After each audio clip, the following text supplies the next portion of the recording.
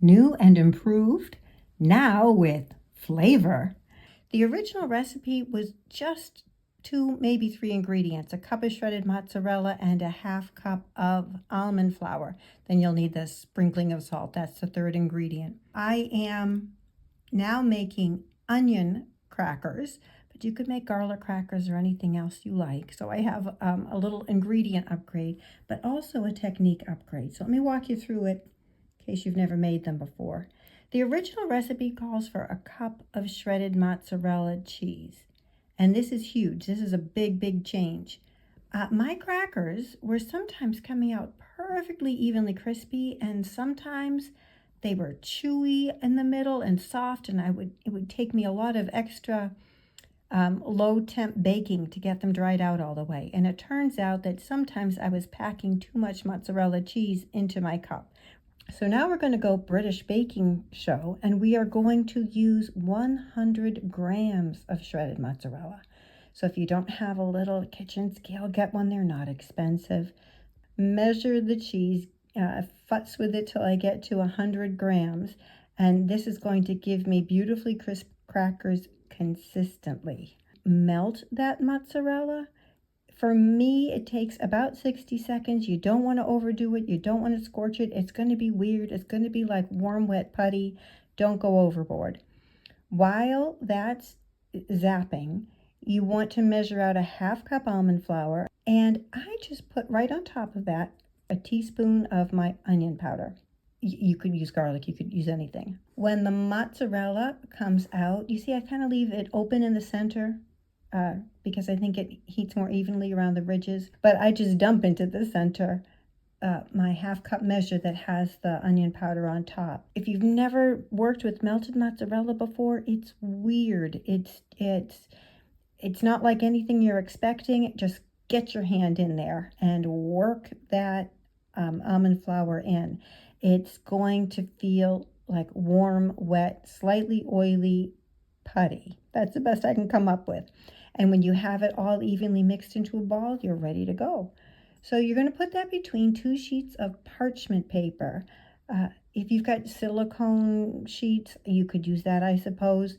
Not foil, not wax paper, not the bear counter, not a cutting board. You need it to be between the parchment paper, you really do. Roll it out to even thickness. I don't know how to measure this. You want it pretty thin if you want crispy crackers, right? But if you go too thin, they're going to burn real fast, and you don't want that. The main thing is trying to push it out so that it's nice and even and not too thick. Take that top parchment off when you've got the even thickness, and sprinkle on your salt, and here's another flavor upgrade, sesame seeds. Oh, it's so good. Now take that top sheet of parchment, hope you haven't thrown it away, put it back on top and lightly roll it so that all your little seeds and your salt crystals kind of nestle into the dough. Now here's another technique upgrade. I had been baking that at 375 hot oven for 4 minutes or 5 minutes before scoring. No, it's actually better to score right now. That's just like I just take a pizza cutter and make parallel lines. You will also have crispier crackers. You've got, more of those edges to brown up. So that's a technique improvement. All right, so they're scored. You put them in the oven about 9 minutes. If you smell them cooking before that, check. Just keep an eye on it. Like, do not leave the kitchen. If some of them, usually the edges, start browning up before the rest, just whip that pan out, break off the edges, and put the center back in to finish cooking. Now, when it's beautifully golden brown and it looks like it's all about even, I now, as a matter of routine, turn that oven down to about 275. Now, granted, it's going to be hotter than that for a while, but that temp is going to fall down. I leave them in there. If they've already gone a little brown, I might leave the door open a little bit, but I leave them in there for another 10 minutes or so to further dry out. Let them cool for just a minute or two.